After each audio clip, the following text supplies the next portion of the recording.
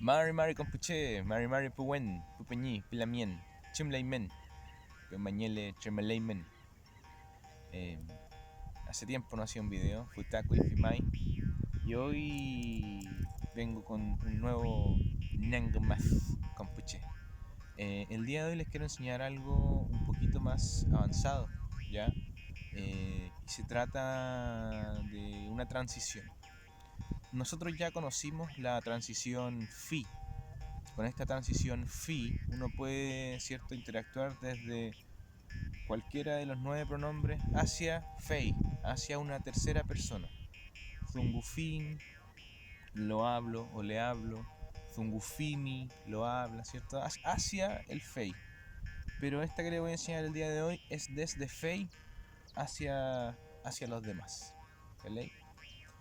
En este video vamos a ver de Fei hacia los singulares. ¿Vale? O sea, hacia Inche, Amy, Fei. ¿Vale?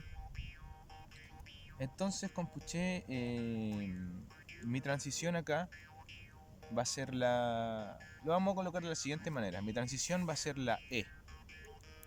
E.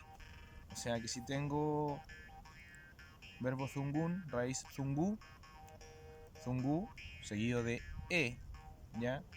Después de la E va a ir el pronombre, ¿cierto? ¿Hacia quién va dirigida? En este caso, inche. Ya, entonces la N. Zunguen, ¿cierto? Y ahora viene el famoso meu. Ese meu que significa con, para, por, de, pero se contrae en eu. Entonces me queda zungueneu.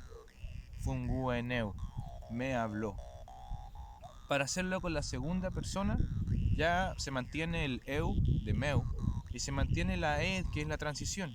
Entonces solamente vamos a colocar im, que representa a imi, ¿cierto? Zungueimeu. Zungueimeu. Felei solamente cambió el im hacia la segunda persona. Eso es, él te habló. Desde Fei hacia Amy. Y Fei, como siempre, se representa con una I. ¿Felei? Entonces, Zungueyeu. Zungueyeu. Femñechi con puche. Así era, ¿viste? No era tan difícil.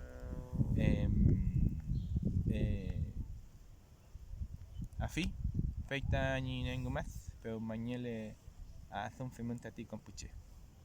Peu callar.